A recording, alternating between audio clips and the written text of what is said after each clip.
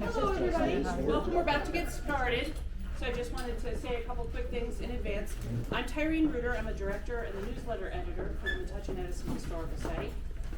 We have several other board members here with us today. Walter Stoschel, Grace Shackney, Jerry Rice, Steve Reuter, Byron Sondergaard. Anybody else from the board? Anyway, so I'm glad we could have today. We are thrilled that Rich is in our midst for an event commemorating an event that happened that was monumental on the same day that we're having another monumental sports event in New Jersey. And so everybody will be able to be home in time for the World Cup final. So no worries on that. We are going to take a video because there's a lot of people that weren't able to come, and also for accessibility reasons. Many thanks to the YMCA for hosting this, and to Alex Reisig especially for hosting. This is the location of the famous photo that's on your brochure, and we're hoping that at the end, if anybody's willing, that we can go and recreate some of that photo out front at the end. Thanks to the Borough Improvement League for funding the snacks. Please enjoy some of the baseball-themed snacks. So, show of hands, who wants Spain today? Argentina? All right. Just had to do that.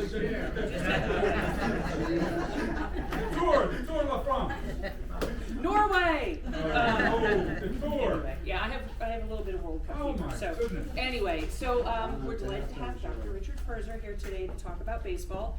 There is a bio of him in the program. I'll let him talk a little bit about it, but I know he doesn't want to be complimented too much, although he's a smart cookie. So on to Rich Puerzer.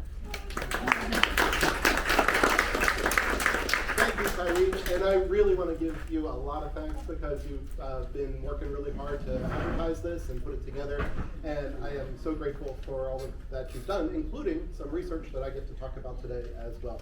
So welcome everyone, good afternoon. I am so happy to be here today and be able to talk about baseball. And I really love baseball, and I'll talk about some of the reasons and motivations, but it's just very cool that I get to be able to talk about baseball on a Sunday afternoon.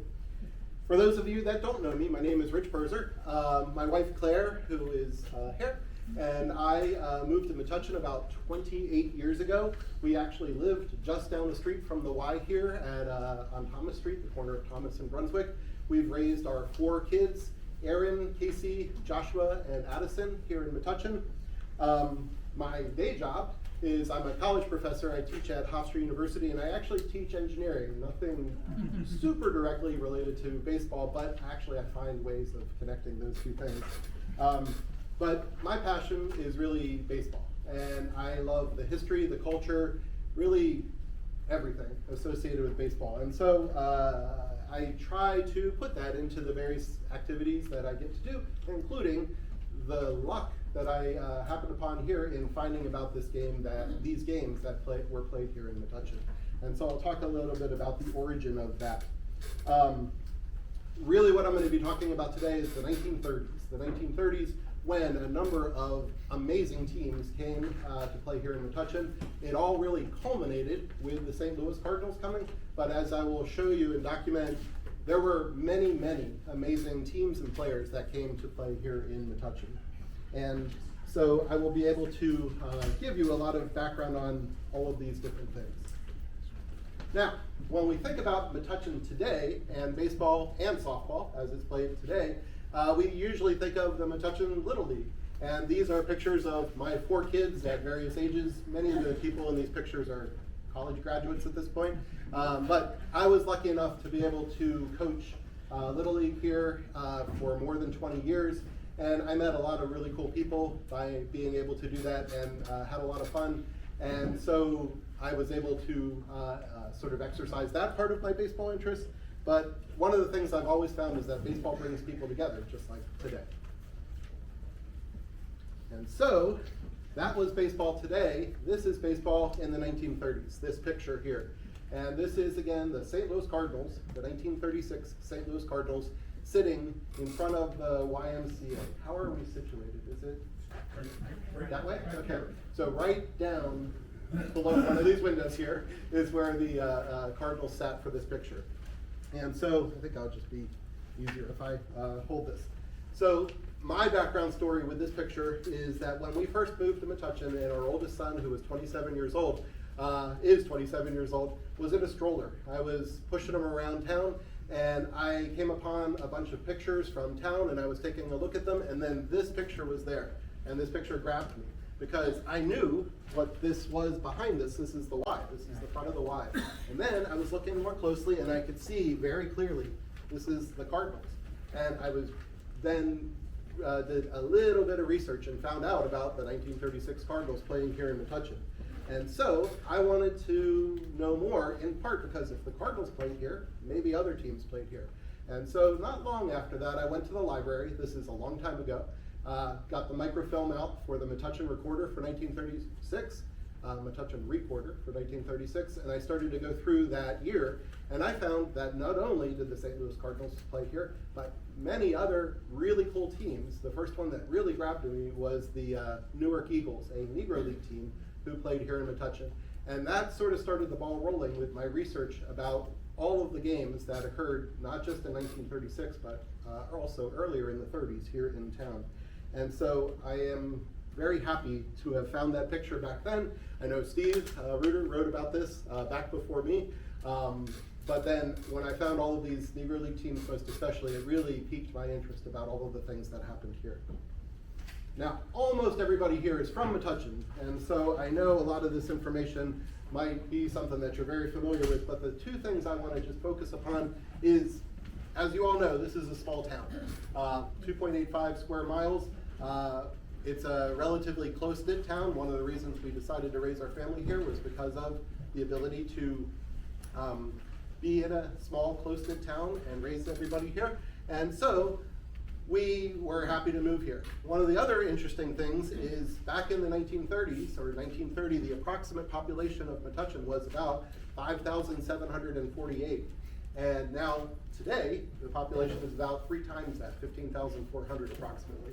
And so, as the Brainy Borough, as Metuchen has grown over the years, we still have had a lot of baseball talent come through town. I've heard a little bit about some previous talent, but we have 2 guys that are in the minor leagues, who one graduated from Metuchen High School, Jay Harry. He was a 2020 graduate with my son Aaron of Metuchen High School, and he's at AAA in the Toronto Blue Jay organization playing for the Buffalo Bison, and he is actually tearing it up. He, I hope, gets to the majors before too long. And then Adam Boucher also graduated in 2020 from St. Joe's. Adam is in a high A team in the Washington Nationals system with the Wilmington Blue Rocks. And so we have some good possibilities here. There was a guy who is listed in the baseball encyclopedia as coming from Metuchen, Ed Buckingham, but other people have done research. Now, he didn't make that big an impression on baseball. He played in 1 game in 1895 for the then Washington Nationals. He actually wasn't from Metuchen. There was confusion as to him and another guy, and so we can't claim him as a former Metuchenite who went on to the major leagues even 130 years ago. Now, I am going to talk about 2 things a lot today, one being the Negro Leagues and another being barnstorming. And so let me just define those terms. The Negro Leagues were really the leagues and the teams that black players played in when baseball was segregated. And so from the late 1800s until 1946, when Jackie Robinson was signed by the Brooklyn Dodgers, black men were not allowed to play in the major leagues. And so they formed their own teams and leagues, and generally speaking, we call them the Negro Leagues. I know it sounds a bit antiquated to many these days, but that's the term that researchers and scholars use whenever we talk about black baseball in the United States in that time. The other term I'm going to mention is barnstorming. Barnstorming is sort of, again, another antiquated term. It's the term for how teams sort of traveled around the country and played in different towns. The original meaning of barnstorming was when aviation first was born, pilots used to fly in to farms near barns and offer people rides in their airplane for 50 cents. And so that is how people sort of flew in and played, or flew, literally. and now how they flew in and played baseball. And so the business model for Negro League teams was really to play in the big cities on the weekends when they could draw people into those big cities. And so there were teams in Philadelphia and Newark and many in New York City, in Pittsburgh, in Cleveland, and so on. And so all of those teams would play in the cities on the weekend when they could draw, and on the weekdays they would travel around where they could, when they could, and play in different teams. And so Metuchen was the beneficiary of a lot of this because it was actually a pretty good destination for a lot of these teams to come to. It was centrally located between especially Newark, New York, and Philadelphia. We had, relatively speaking, some pretty good transportation systems to bring people here. When they referred to the super highway in the 1930s, I'm assuming they were talking about Route 1. And so there was a lot of talk of being able to travel by the super highway to be able to get to Metuchen, which I guess now we sort of just think of as a lot of red lights on Route 1. And of course we had the train line going back many, many years. Also, there was a lot of baseball talent here in Metuchen, believe it or not, in the 1930s, and I'll talk a little bit about that in a minute. Another reason that it occurred is because somebody was an entrepreneur, and I'm going to talk about a fellow in particular who was really an entrepreneur. He reached out to this guy, Nat Strong, who controlled the barnstorming of teams in and around the New York City area. Nat Strong owned a team called the Brooklyn Royal Giants, who I will talk about a bit, and Nat Strong was one of the connections that enabled teams to come here to Metuchen. Also, there were marketing arms. There was a weekly newspaper here in Metuchen, the Metuchen Reporter, as well as the Central New Jersey Home News out of New Brunswick, which advertised every game, put in scores on every game, and really helped. And then lastly, I think there was a lot of luck, a lot of serendipity that just really brought baseball to Metuchen in the 1930s. And so it became a barnstorming destination. And so what I'm going to talk about is baseball in the 1930s, although I'm going to start with the very first Hall of Famer that I found come to play in Metuchen, and that was Joe Medwick. Joe Medwick, as I will talk about in more detail, is from Carteret, or was from Carteret, and I found the very first time that he played here in Metuchen was in August of 1928.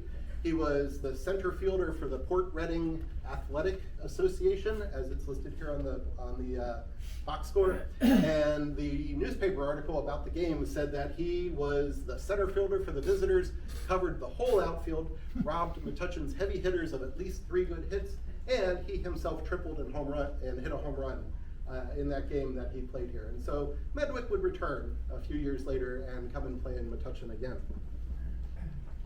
Now, when I was doing this research about 1936, the first thing that I was able to come and find was this, that there weren't just games in 1936. And so I was able to find games that were organized and played as far back as 1931.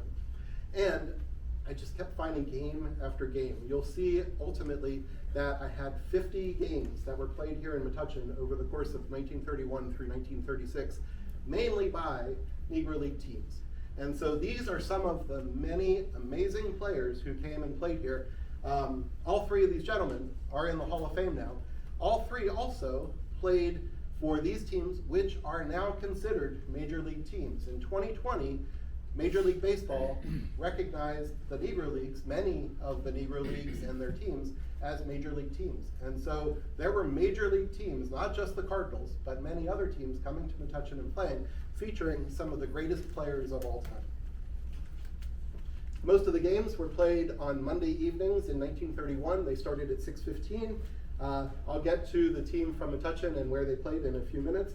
But the local team, the Metuchen team, and it was a Metuchen team, got off to a great start. They won the first 5 games this season. Their very first game was against the Brooklyn Royal Giants. The pitcher for the Royal Giants was named Cannonball Dick Redding. He was a great pitcher. He's not in the Hall of Fame, but he should be. And he was 40 years old at the time. And this is, again, sort of part of the story of baseball back then. You played until you couldn't or you didn't want to anymore, even if you were a major leaguer. And so another great player that played here in Metuchen was Pop Boyd. If you are a big baseball guy or gal, you know about Honus Wagner. Pop Boyd was called the Black Honus Wagner. And sometimes Honus Wagner was called the White Pop Boyd. and that was equally appropriate. Pop Lloyd was amazing. Another great player that played here was Martin Dihigo.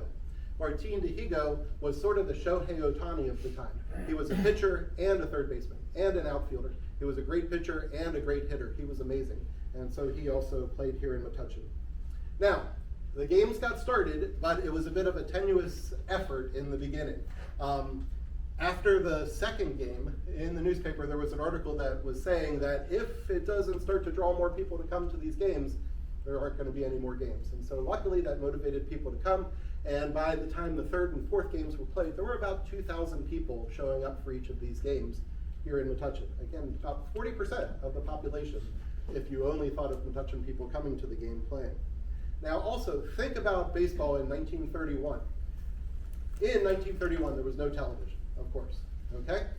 There were 3 teams in New York, the Yankees, the Giants, and the Brooklyn Dodgers.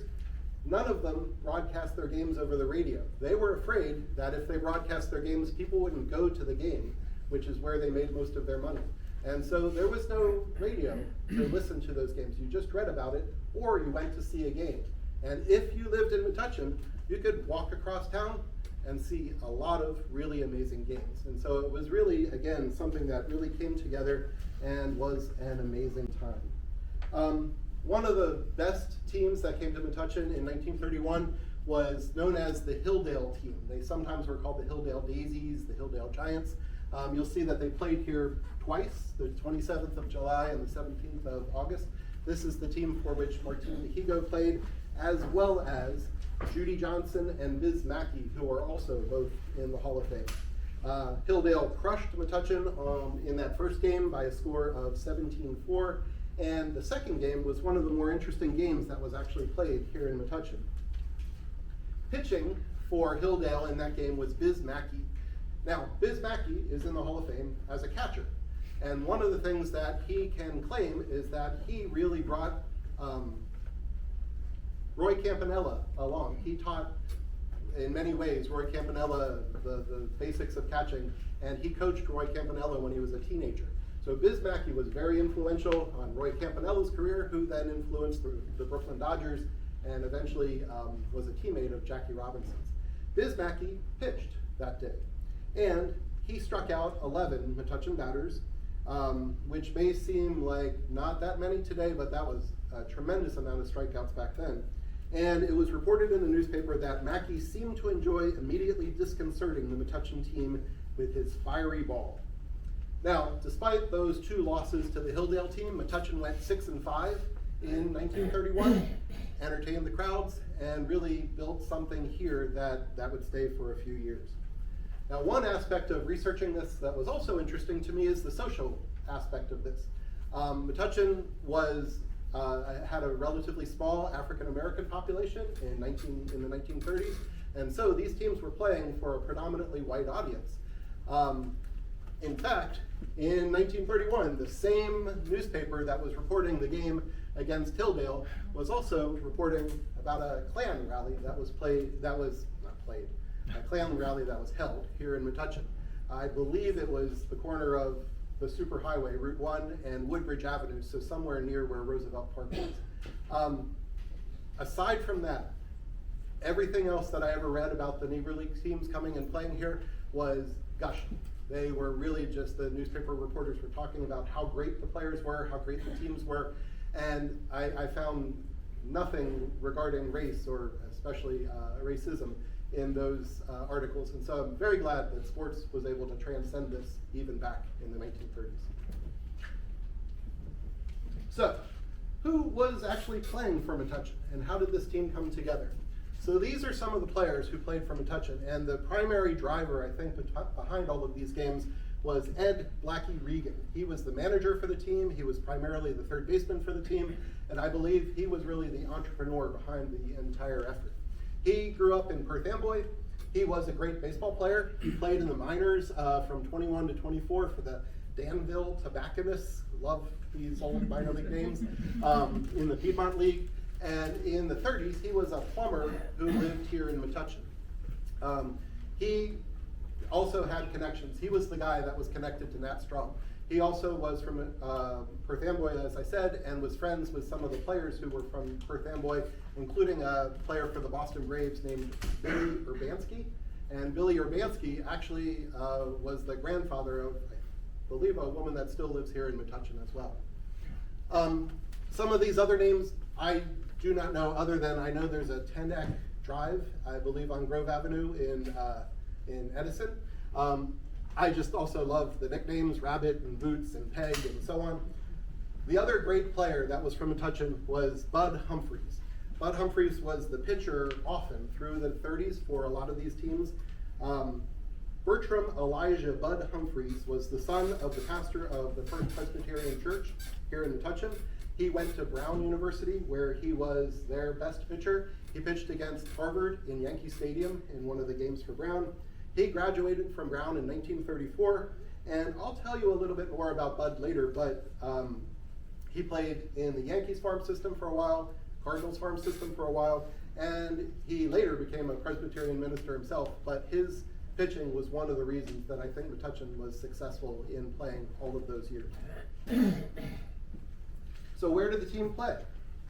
So in the newspaper articles, it always called it Campbell Legion Field. And then I found that it was located somewhere between Durham Avenue and Talmadge Avenue. And I know in the early 30s, they were drawing 2,000 people to a game. In the mid 30s, they were getting as many as 5,000 people to a game. So where was this located? Thanks to Tyreen, I can tell you exactly where it was located now. She did some great detective work and found that it was located here, right along Durham Avenue. This house here is still standing. The playground for Campbell School is over here. I always pictured the field being where the current Little League field is at Campbell School, but it was not. It actually sits right underneath the school, or sat right underneath the school.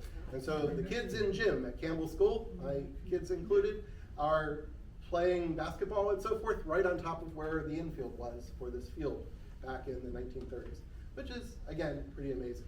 Now, I'll probably say this again later. I'm planning on going and playing catch, I hope, tomorrow over at this field. Unfortunately, we won't be going into the gym to play. We'll just stand outside somewhere and have a good game of catch. So, 1932 comes along, and Metuchen is able to play even more games. And they, again, played some stellar competition. One of the highlights of this season was the first night baseball game that was ever played in Metuchen. They played on July 20th against a team called the House of David team. This is a picture of some players from the House of David team. The House of David was a religious sect. It was a Christian religious sect in Wisconsin, headquartered in Wisconsin. They were vegetarian. They were unique in many, many different ways, one of which was they loved baseball. And they put together some really good barnstorming baseball teams, and they played around the country. And they took lights with them. They learned, actually, from the Kansas City Monarchs that if you bring lights with you, more people will come to the game, and they did so. And so, one of the other amazing things about that team was they had as their starting pitcher Grover Cleveland Alexander, who was a future Hall of Famer, long major league career, very, very famous in the 1930s. And Grover Cleveland Alexander always pitched the first inning for the House of David team to draw everybody, and then that was his whole job. He pitched the first inning, and then other guys pitched the rest of the game. And so, on that day, on July 20th, the House of David team came and played in Metuchen. Admission was 50 cents. About 3,000 people went to the game, and what I learned was a whole lot of people from Perth Amboy used to come to these games as well, maybe the Lackey Regan connection as well. This game started at 9 p.m., and one of the challenges of this game is that the generators that were running the lights stopped 6 times during the game, apparently due to inferior gas. And so one gas station sort of became embarrassed about this, another gas station brought in better new gas, and so got the lights going. The game didn't end until 11:30 p.m. with the House of David team winning 1-0. And so, again, an amazing game. Now, when you look at some of these other teams, the Kentucky Colonels were a barnstorming team of white players. So Metuchen took on all comers. Again, you'll see some of these names over and over the years: the New York Black Yankees, the Brooklyn Royal Giants. A lot of really amazing talent coming through town. And this season, Metuchen went 8-5 against all of these different teams. In 1933, there was a bit of a smaller schedule, and this was really often due to weather. By now, I think they were usually playing on Thursdays, evenings, and sometimes at night. And Metuchen actually invested in their own lights beginning in 1933, and some of these games were played after dark. One game to highlight was the August 4th game against the New York Black Yankees. This team featured John Beckwith, who is not in the Hall of Fame, but I know should be in the Hall of Fame. He was sort of like the Giancarlo Stanton, if you're a Yankee fan, of the time. He was a great power hitter. Also on that team was Ted Double Duty Radcliffe. He was called Double Duty because he would pitch and catch in the same game or in a doubleheader. He was an amazing player as well. The Black Yankees came in and beat Metuchen pretty bad by a score of 14-6. Now, one thing I found is every once in a while, Metuchen would bring in maybe their own ringer. And so in the game on July 12th against the Newark Dodgers, pitching for Metuchen was a fellow by the name of Danny Dugan. Danny Dugan had played for the Chicago White Sox in 28 and 29. He was from Plainfield. And I used to know his grandson. He used to live down the street from us on Brunswick Avenue. In 1933, Metuchen went 6-4. On to 1934. Again, an abbreviated schedule. And there seemed to be a lot going on behind the scenes with the club in 1934. Blackie Regan left the team, and Bud Humphreys graduated Brown and then went into the minor leagues. And so there was a lot of sort of upheaval with the team. Managing the team was a fellow by the name of Jack Martin, who had played for the Yankees in 1912, and then for the Phillies and Boston Braves in 1914. He was from Plainfield, and so sort of brought in to try and run things. One of the best players to play in Metuchen that year was Ray Dandridge, who was playing for the Newark Dodgers. He would play here in Metuchen more than any other Hall of Famer that I've found. Another amazing player that played here was Judd Wilson. Judd Wilson was the third baseman for the Philadelphia Stars, who played here on July 5th. That season, the Philadelphia Stars would go on to win the Negro World Series. And so arguably, he was on perhaps the best Negro League team in the country, and that team actually came here to play in Metuchen. Metuchen played the House of David team again that season. This was the House of David's second game that day. They played earlier in the day in New Brunswick, a day game, and then they played a night game here in Metuchen. And so even the Birmingham Black Barons came to town. So they were drawing teams from far away. The Birmingham Black Barons are probably most famous because Willie Mays got his start playing center field when he was a 16 and 17-year-old for the Black Barons back then.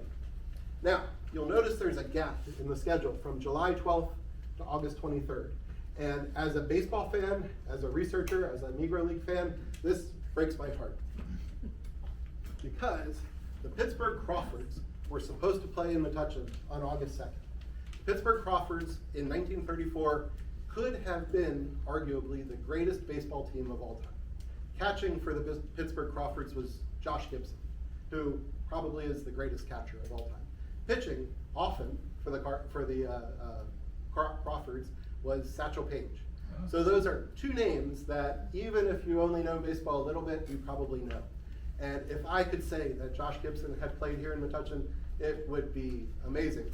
I'm sure he was here in town because there was a thunderstorm just before the game, and they had to call off the game an hour or two beforehand because of field conditions. And so the Crawfords did not play. Likewise, the Homestead Grays, who are again another amazing team, many Hall of Famers. And so I would be able to make much longer my list of future Hall of Famers who had played in town, if not for weather, in 1934.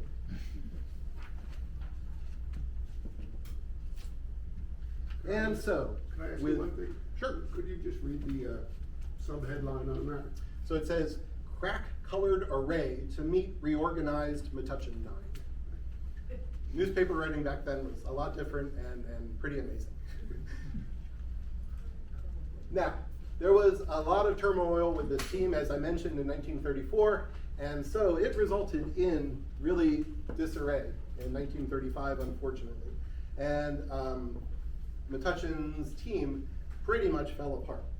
They only played 2 games, one July 1st against the Brooklyn Royal Giants. Cannonball Dick Redding actually came back to town and pitched again. He was 45 years old at that point. And then they played a team known as the Canadian Clowns, which actually, they sort of got mercied, if you know Little League Baseball. They were losing 10-0 and essentially said, never mind. And so the team fell apart, the season fell apart, and sadly, there were no other games played in 1935 that season. However, thankfully, Blackie Regan came back and took the team back over in 1936. Bud Humphries was done with his stint with the Yankees and came back and started to pitch for the team. And they had what I would easily say was their greatest season, at least in terms of the opponents they played, in 1936. And so this would, of course, culminate in the game 90 years ago tomorrow that they played with the St. Louis Cardinals. Now, the first team that they played that year, though, was probably as good as the Cardinals, honestly, the Newark Eagles. They started the season off with a bang against this Newark Eagles team. The Newark Eagles were newly formed. They formed from the Newark Dodgers that I had mentioned previously and the Brooklyn Eagles. They were owned by Abe and Effa Manley. There is one woman in the Baseball Hall of Fame, Effa Manley, the owner of the part owner, and actually she was really the controlling owner of the Newark Eagles back then. And so I don't know that she traveled down here, but I'd like to think that she did. They also had an infield known as the $100,000 infield. At first base, they had Mule Suttles, who was an amazing power hitter. At shortstop, they had Willie the Devil Wells, who was a fantastic shortstop. And then Ray Dandridge, who had already played in town, was on that infield as well. And managing that team was Biz Mackey, who I mentioned a few minutes ago as having pitched here in Metuchen. Now this game was a slugfest, as you see, score 14-13. There were 7 doubles, 2 triples, and a Metuchen home run that was lost in the outfield grass. Love when baseball is decided by lost balls. The game was called after 6 innings due to darkness, but again, it was 30 cents admission to be able to get into this game and see one of the greatest teams ever play Metuchen in Metuchen against Metuchen and defeat Metuchen by a score of 14-13. Another really interesting barnstorming team that came to town was the Buck Lai Hawaiian All-Stars. Buck Lai was a pretty famous baseball player. He was born in Hawaii well before Hawaii was a part of the United States. His parents were Chinese immigrants, and so he was an Asian American. He came to live in New Jersey, Audubon, New Jersey in the 1910s, and he was a great baseball player. He played for the Brooklyn Bushwicks, which was one of the great independent minor league teams playing out of Brooklyn. He also played for the Jersey City Skeeters, again, another great team name, and then was signed by the Philadelphia Phillies and later the New York Giants, but never played for either team. He was apparently on the opening day roster of the 31 New York Giants, but never played in a game, which is too bad. In 1936, he formed a barnstorming team of Hawaiian, Chinese, and Japanese baseball players, and they toured around the country and they played in Metuchen.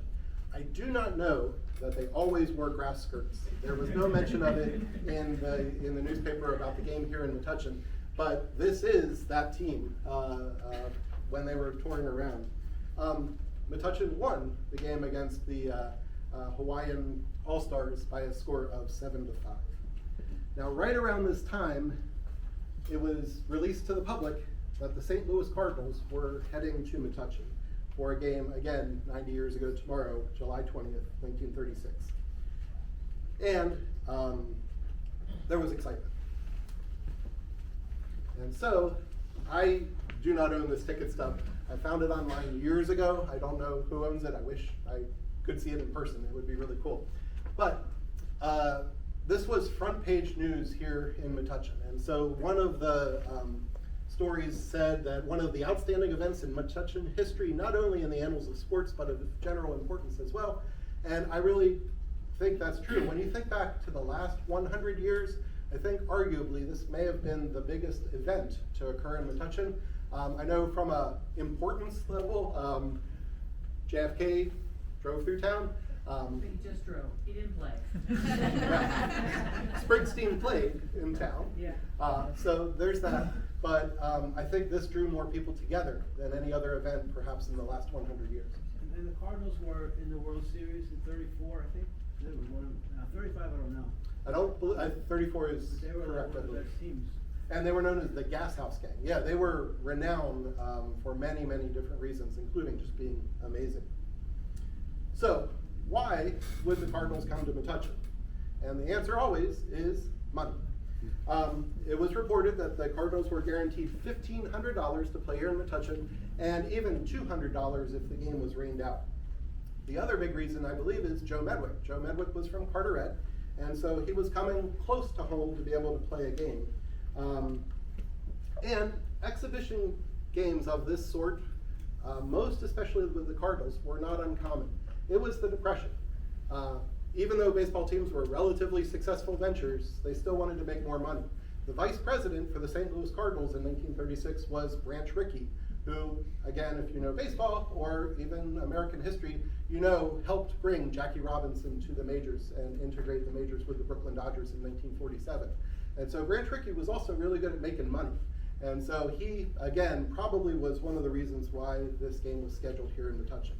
I wonder what the players thought. The players weren't making any additional money by playing here. They were under contract to play where the team went, but I'll get to that again in a minute.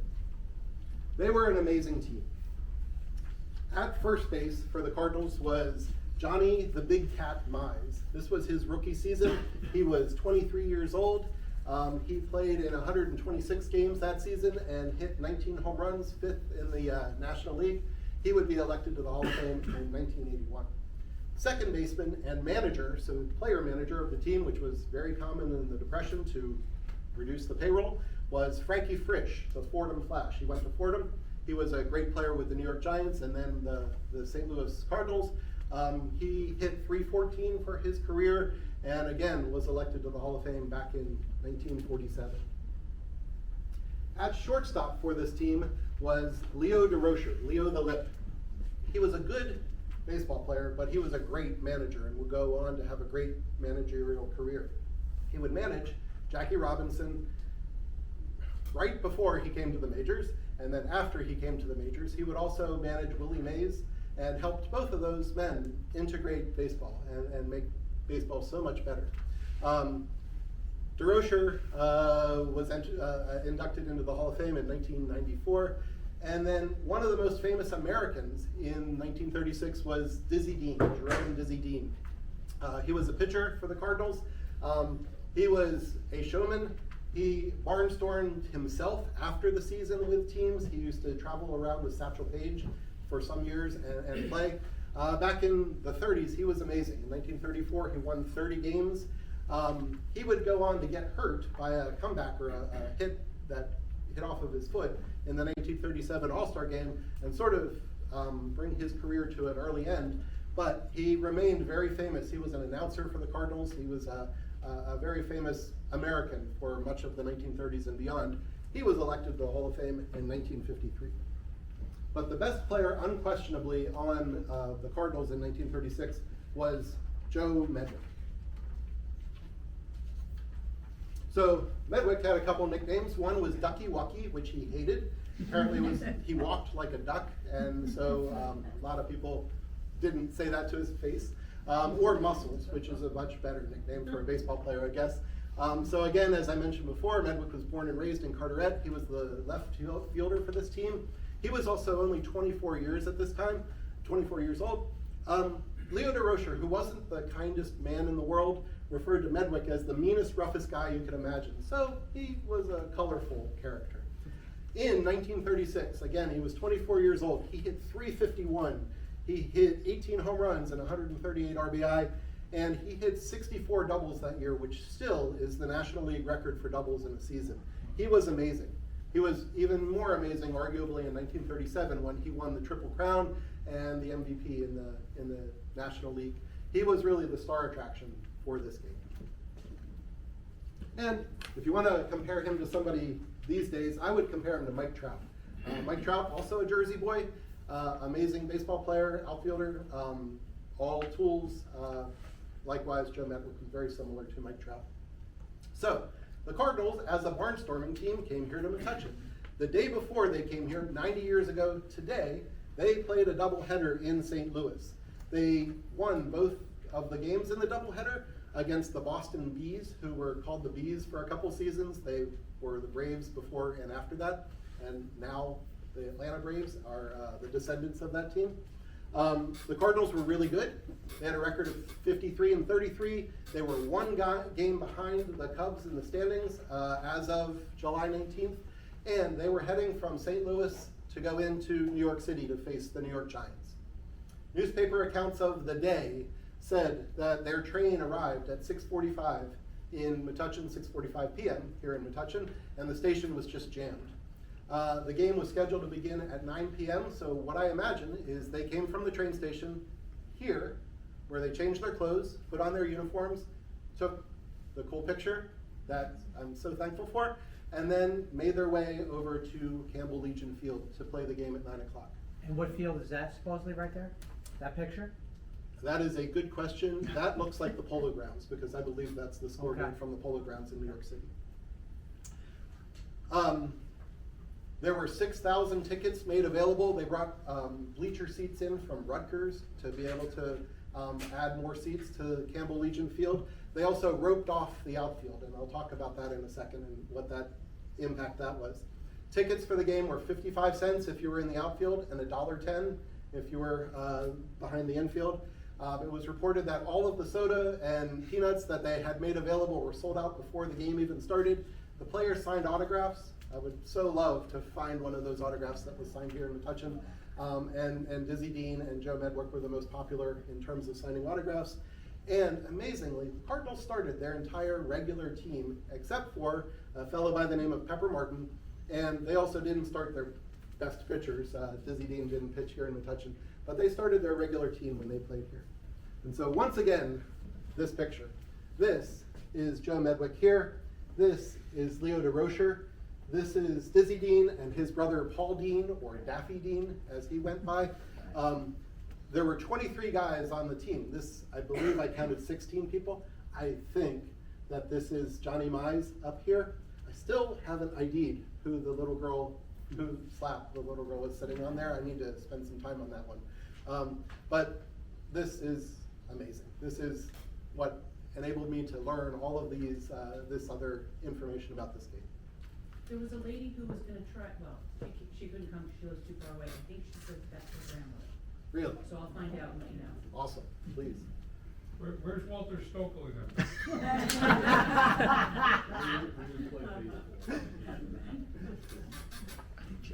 So, the ball game started at 9 o'clock that night, and not only did the Cardinals come and play in Metuchen, Metuchen beat the St. Louis Cardinals by a score of 10-7.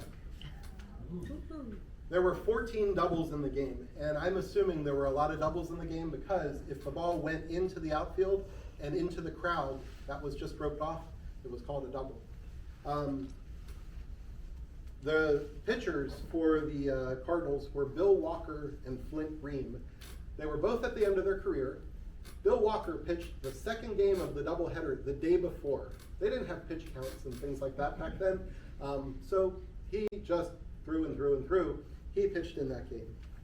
Now, when asked why Metuchen won, one writer wrote that the local team assembled the pick of New Jersey's semi-pro talent, and that the boys were on their toes just aching for a chance to do something important. Very true. None of the players on the Metuchen team had ever played before in the major leagues or would ever go on to play in the major leagues, but they were a great team, no question.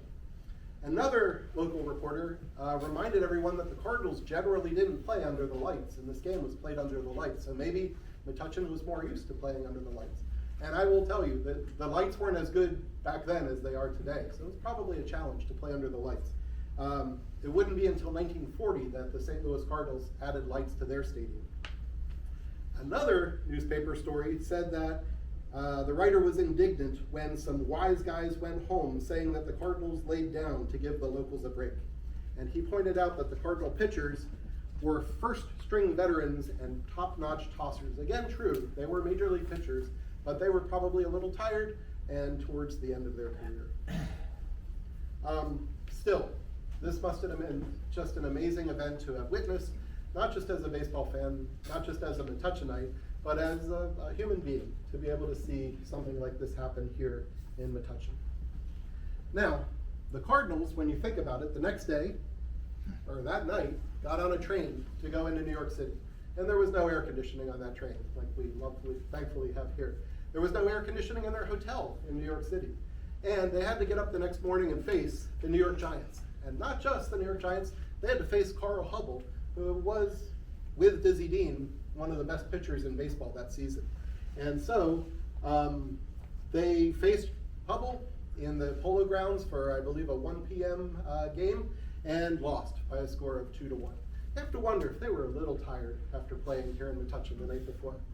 They would go on to finish in second place in 1936, tied with the Cubs, and finish 5 games behind the Giants. I'm not saying that this game in Metuchen ruined their entire season or anything like that, but it's pretty amazing to think about a team like this happening. Imagine the Yankees showing up and playing here in Metuchen these days. More than 5,000 people would probably come. Now, this game, shockingly to me, was the end of the era of all of these games played here in Metuchen from 31 through 36.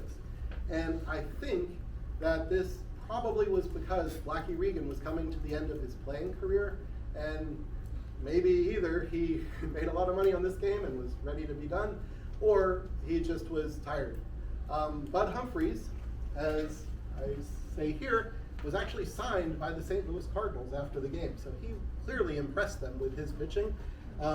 He, that season, went to pitch for the Columbus Redbirds in the American Association, sort of AAA back then, for the Cardinals. And it was stated that if he made good, he would actually be a Cardinal the next season. He never made it that good. He never became a St. Louis Cardinal, but he did have a really long minor league career. He pitched in the minors for the Cardinals from 36 through 38, again from 42 to 43, and in 1945 as well. One thing interesting about him is he tried to lead his team in not having Sunday games. Clearly his religious background was really important to him. He never made it to the majors. He used the money that he made playing baseball to fund his divinity school education and to become a pastor, a Presbyterian minister. He became a minister for a church in Connecticut where he was known as the pitching pastor throughout his ministerial career. And so he had an obituary in the New York Times that talked about his background, his playing career, and then his career as a religious leader. Now, when I look back at these games from 1931 through 1936 and all of the great teams that played here, as a baseball guy, I have to sort of want to think about who was the best team to play here. And so the 1931 Hilldale team was an amazing team with 3 future Hall of Famers. I didn't even mention Rap Dixon's not in the Hall of Fame. He should be. He was a great power-hitting outfielder. Where is Hilldale? Hilldale was outside of Philadelphia. It's a neighborhood outside of Philadelphia, I believe in the northeast corner of Philadelphia. The 1936 Newark Eagles with a $100,000 outfield or infield. Leon Day was a pitcher for that team. He would go to be inducted into the Hall of Fame. He did not pitch in Metuchen. They were also an amazing team. And of course, the St. Louis Cardinals were an amazing team. I'll leave it up to you to decide which team you think was perhaps the best, but I think there can be great arguments made for all 3 of these teams. Now, also looking back at who played in Metuchen, this is the list of the Hall of Famers that played here in Metuchen. Leon Day, like I said, did not pitch here. Jesse Haynes was a pitcher for the St. Louis Cardinals. He didn't pitch here, and Dizzy Dean did not pitch. But 13 men who would later be inducted into the Baseball Hall of Fame, and many, many major league teams all played here in Metuchen. This is incredible. So one of the things I would love to do is get a historical marker put up where this field was because of this great history. And so I haven't mentioned the Society for American Baseball Research. I've been in SABR, the Society for American Baseball Research, for decades. We have a representative from SABR here. If anybody's really interested in baseball research, have a talk with Len. One of the resources I've used over the years, many times, countless times, to do some baseball research has been SABR, and it's a great organization. They may also be able to help us to maybe put up a historical marker. I've talked to some people there as well. There were many other great players. I would argue that the first 7 guys on this list who were Negro League players should also be in the Hall of Fame. And so maybe someday we'll be able to say there are 20 future Hall of Famers that played here in Metuchen. But regardless, it must have been an amazing time to have been a baseball fan here in Metuchen. And so, I am so glad to be able to talk to you about all of this today. I'm so glad to be able to talk to you about this research. I will be taking some questions in a minute, but first, let me just say thank you to everyone, and especially to Tyreen for everything, and thank you for your votes.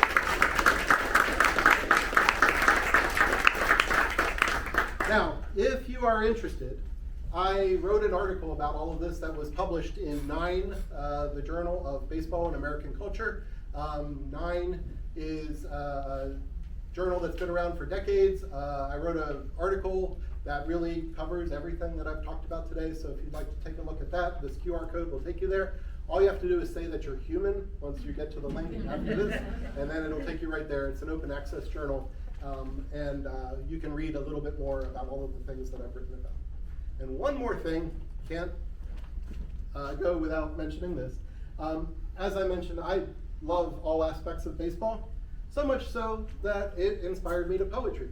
And so I wrote a book of baseball haiku poems, just published earlier this year by a group called 406 Press, and I'd be happy to sell you a copy and be happy to sign it later today as well. So thank you all very much. I'd be happy to take any questions about all of this. I'll put back up the QR code if anyone's interested, and happy to take any questions about anything related to this and anything else. So I can't help but wonder why more teams didn't do what the Cardinals did, and was Medwick really the connection that made that happen? And the Pirates didn't come through, the Cubs didn't come through, the Indians didn't come through. They all had teams to play in New York, they all had teams to play in Boston. All the circumstances would have led you to believe another team might have done that, right? So the only other team that I read was even a possibility of coming here was the Boston Braves earlier in the 30s. I think the connection there was that Blackie Regan was friends with that fellow Billy Urbanski that I mentioned, who was also from Perth Amboy. It never happened. I think the biggest challenge is while it was a great location for Negro League teams to come because they had lots of games during the week to come, it was more of a challenge for Major League teams because they didn't have as much time. They were playing in the big cities during the week and drawing people during the week. So I think it may have been luck that really brought the Cardinals more than anything. It certainly was Medwick, but it also just might have been luck, and thank goodness. Yes? From that one year, I forget which one it was, it not only had the House of David team coming, but it had the colored House of David. Yes. So there were multiple versions of the House of David team. They were, again, entrepreneurs. And so they were out there selling baseball. They weren't really proselytizing their religious beliefs as they were traveling around. They were really just playing baseball. And many of the players were actually very good. You saw the picture where they had long hair and long beards. There was a time when Babe Ruth played for them, and he taped a beard on. I think Grover Cleveland actually had sort of a beard that he would wear as well for some of his appearances with the House of David team. And when he pitched, that was right after he retired? Was that the? That's a good question. I don't know off the top of my head when he retired, but he was still relatively in playing form. If you know much about him, there's a great old black and white movie that I don't think it's Ronald Reagan. Somebody plays Grover Cleveland Alexander. Is it? Okay. He had he served in World War I and came back with a lot of issues. He likely was an alcoholic. There's a story that he pitched hungover against the Yankees in the World Series. But he was a great pitcher, no question about it. And so But when these guys were done playing baseball, and they made a good amount of money playing baseball, but they didn't make millions like today. I think he was just trying to make a living, Yeah. and was able to do it this way. Yes. So after 1936, the barnstorming still happened. Yes. Such and how, for how much longer? So I don't think there. I only found one other Negro League team to play in Metuchen, and that was in 1938. The Newark Eagles came back and played a team from Nixon Nitration, a industrial team in Metuchen. But I found no other games here. Yes, the Negro League teams all continue to barnstorm, but I think either the talent here went away. Local talent went away, and so they weren't able to play anymore, or the entrepreneurship efforts just fizzled after that. I mean, on one hand, it makes perfect sense that the last game was the Cardinals game because it was the culmination of really everything. On the other hand, you would have thought there would be some more appetite to be able to do more, and I guess it wasn't there. Yes? When the Pittsburgh Crawfords were scheduled to play Metuchen until it rained out, the players were here though? I think so, because what I read was that it was canceled about an hour or two before the game. Was Satchel Paige on that team at that time? Yes, Wow. yes. I would love to imagine that Satchel and Josh were just strolling down Main Street. Yeah, that would have been amazing. And not only that, I didn't mention all of the players on that team. So they had Satchel Paige, Josh Gibson, Cool Papa Bell was the center fielder for that team. Oscar Charleston, who many think was the greatest baseball player of all time, very comparable to Willie Mays, was the first baseman for that team. And Judy Johnson was the third baseman for that team. He was also a Hall of Famer as well. And they had other great players. They were loaded. They were really, really a very, very good team. Maybe the best. Yes? Grover Alexander's final year was 1930. Okay. So he was here just 2-3 years after, thank you, the end of his career. Did the Metuchen team travel to any of their venues for? Good question. I found that they almost always played here. I did find them go to Perth Amboy, I think just once, where they played a team there.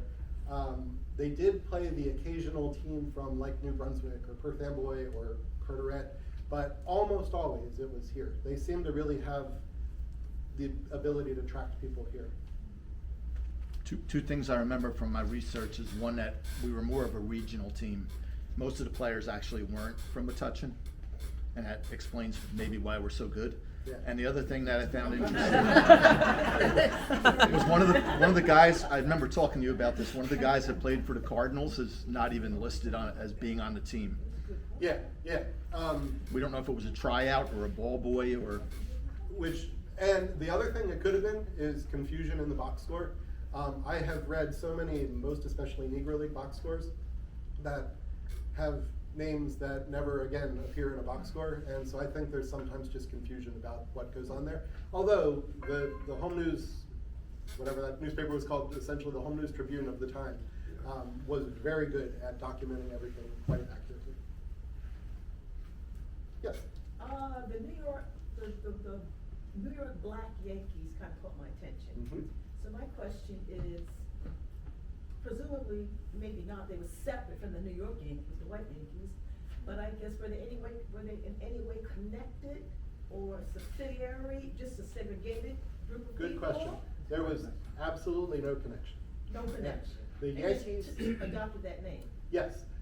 What? Without controversy.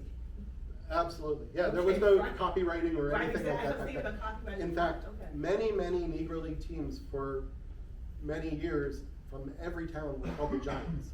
And they were called the Giants because the New York Giants were the most famous team and one of the best teams, especially in the early 1900s. Okay. And so a lot of teams just took that name because not only were the white New York Giants really good, it was also a cool name. But like the Brooklyn Royal Giants really took that name.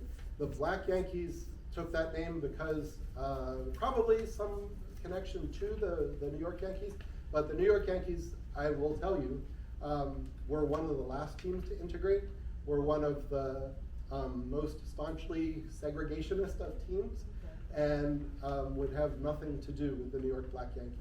But I am so glad that there was a team who represented that name, who was a Negro League team and was able to be very successful. Okay, thank you. Good. So, I'm assuming that the Metuchen League was completely white, Yes. and they were playing the Negro League, so it Mhm. was sort of, was that done in other parts of the country? Good question. So really, yes, the Negro League teams were traveling to play mainly white teams in towns like Metuchen. A lot of the teams also played in New Brunswick against aggregation of players from around there. Their bread and butter really during the week was to play white teams from around the country. For that reason, most of the Negro Leagues stayed in the north of the United States. The Birmingham Black Barons, who did come to Metuchen, played in the south, mainly against black teams, because there was no there was no integration, and it was illegal to play on the same field. In the 40s, when Jackie Robinson came to the Brooklyn Dodgers in 1946, there were teams in spring training he was not allowed to play against because of law in that town. Crazy to think about. Tyree? So I don't know anywhere near enough about Negro Leagues to go down this rabbit hole, but I'm gonna ask it anyway. Do you think that the fact that there were 4 black churches in Metuchen in the 30s helped these teams come here? Like, maybe they gave them a place to change, you know, like, was that a? That's a great point that I have not thought about, yeah. I would not be surprised, because 2 of them were right on Durham Avenue, so. Right. one of the things I thought about, and I didn't mention, so I talked about how hard it was for the Cardinals to go without air conditioning and get into New York City and stay in a hotel. They got to stay in a hotel in New York City when they traveled to New York City. These Negro League teams often had to stay with families or camp out when they were traveling around. They had it really hard. But they obviously loved baseball. They were motivated by the ability to make money by something that they also loved. And, but it was really hard. I'll bet that you're right. I'll bet that there was some support system here that actually did aid that, and We'll go down good. that rabbit hole later. Yeah, actually, yeah, I would love to talk about that and learn a little bit more about that. Yes. Well, I don't want to be negative, but I kind of wonder, because when Jackie Robinson integrated Major League Baseball, he was spat on Mhm. many times, Mhm. okay? So when the black, whatever team, Negro baseball team came here, what would you venture out to speculate if they were well received by the crowd? So Because it was mostly a white crowd. I would say that they probably were pretty well received because team after team kept coming. Okay. And word would get around that you don't want to go to this town, because that happened. I know these teams would play occasionally, let's just say in Pennsylvania, and there would be some stories about teams being chased out of town. One of the other aspects that I will admit to is when Metuchen did so well, they would go, 5-7 in a season, or even have a winning record in a season. Baseball then, as it is now, is entertainment.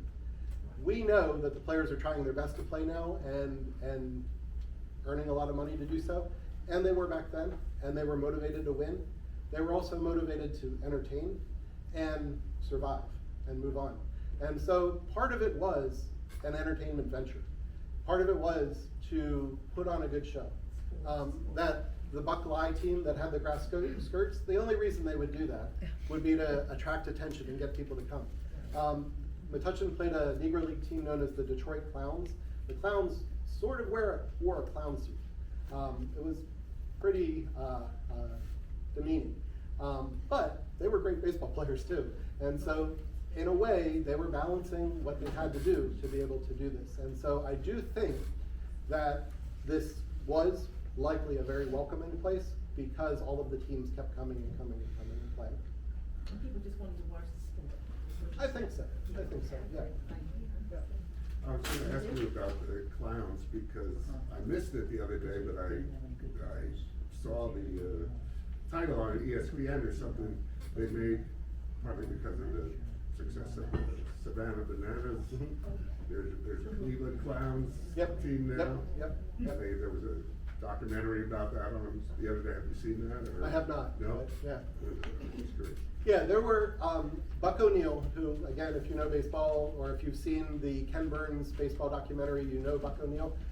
He played in a team that wore essentially grass skirts, and he talks about it being a really painful part of his career, but he, again, talked about it as a means to an end of being able to play baseball and move up, and then move on to the Kansas City Monarchs and being a star with the Kansas City Monarchs as well. And then there's a whole thing now. It's a whole business. You know, Yes. With the Savannah. Yeah, yeah, and entertainment has always been an equal part of baseball, and I think back then, really as it is today as well. I did have one more serious question too, but particularly since you both of you guys, I guess,